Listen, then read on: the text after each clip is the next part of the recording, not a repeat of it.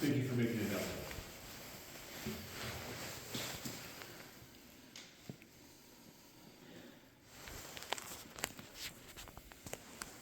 Some of the prophets in the Bible were set to a task.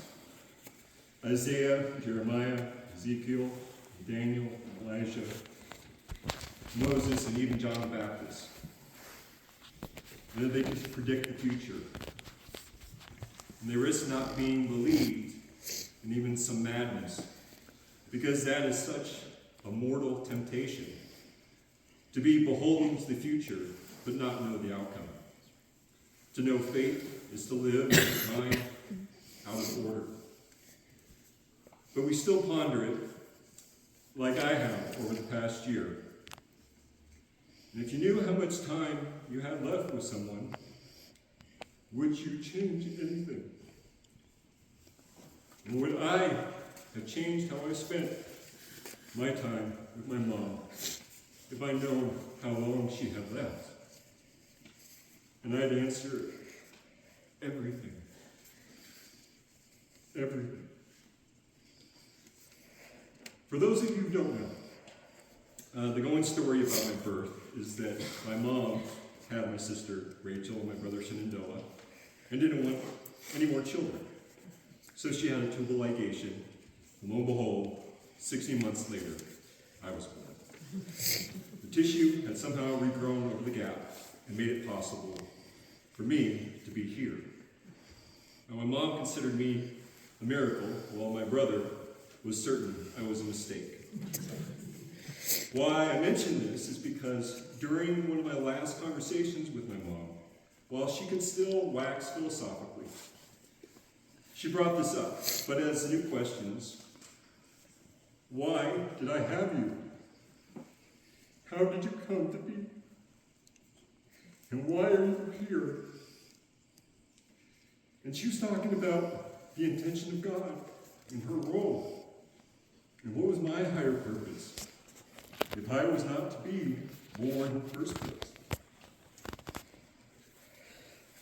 Since I've learned my origin, it has, shall we say, put an existential tilt to my meanders.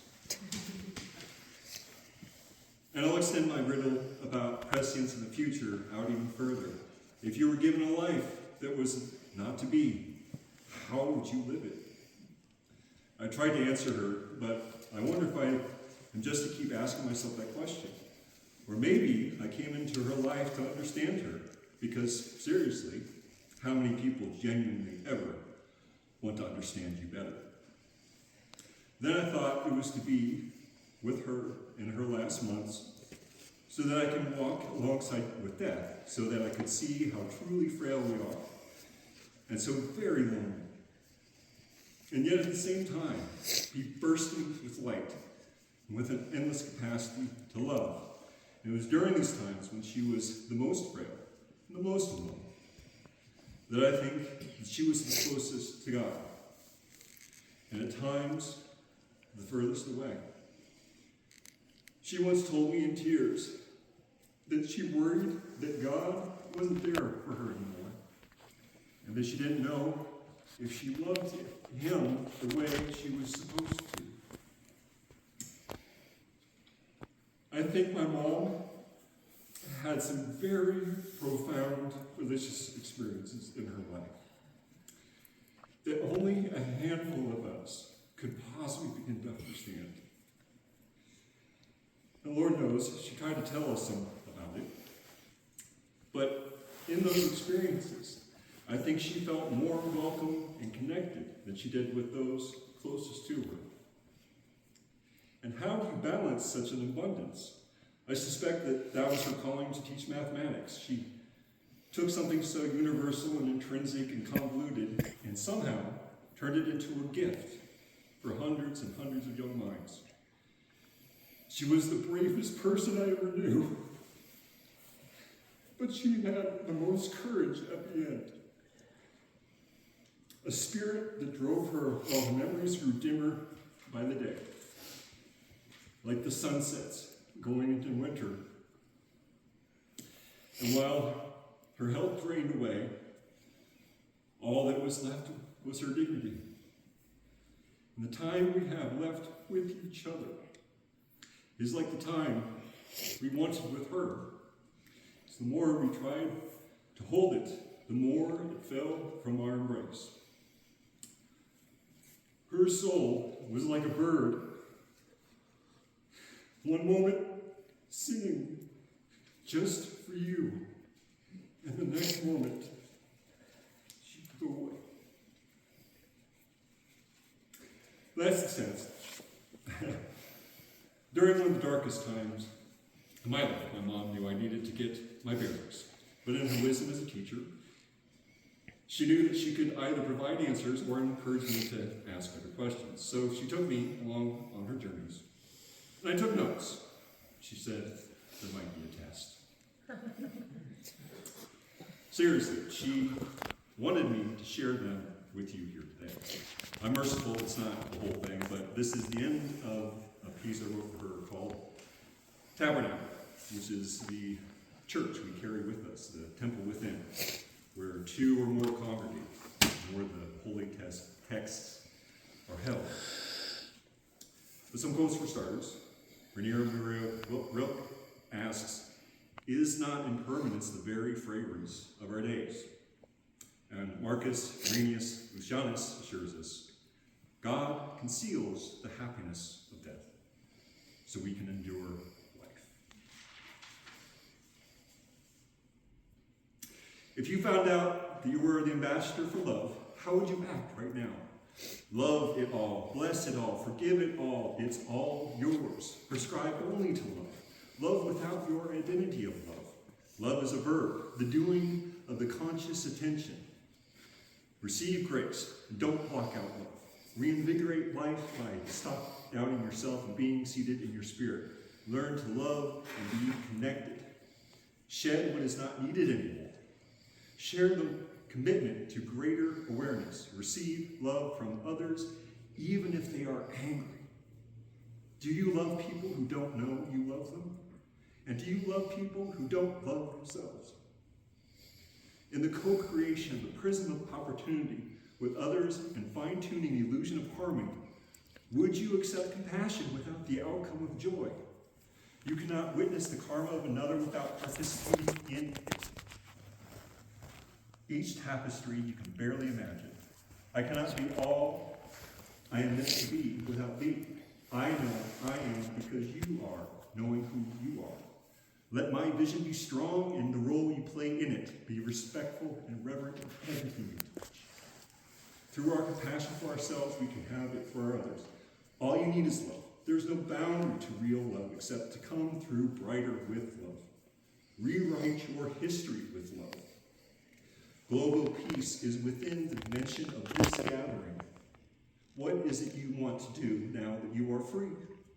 You are free, and I am free, and all is well between us. And I ask you find your best joy and be the declarer of freedom. We weep no more. Be you without attachment to you. I love all that I am. Seal the chamber of guilt behind you and walk into your light body. Who are you is way beyond the indulgence of the ego and the earthbound state of attaches and dislikes. The substance of all life, unrecognized, is coming into view. Matter that is invisible is being brought into recognition. Your body is not in the way, your body is the way. It is the roadmap to the cosmos. But is your cosmic causal being acting in synchronicity or playing a role? You are a divine breath that is not whole without you. You are a master in a forgotten body, forgetful body. You are a holy crucible of potentiality. When are you going to give yourself the permission to be the deserving being that you are? The universe is arranged for you to always see yourself, and we need a mirror of each other in this reflective form. You are only experiencing individuation. Your soul is meant to resonate with every particle of existence.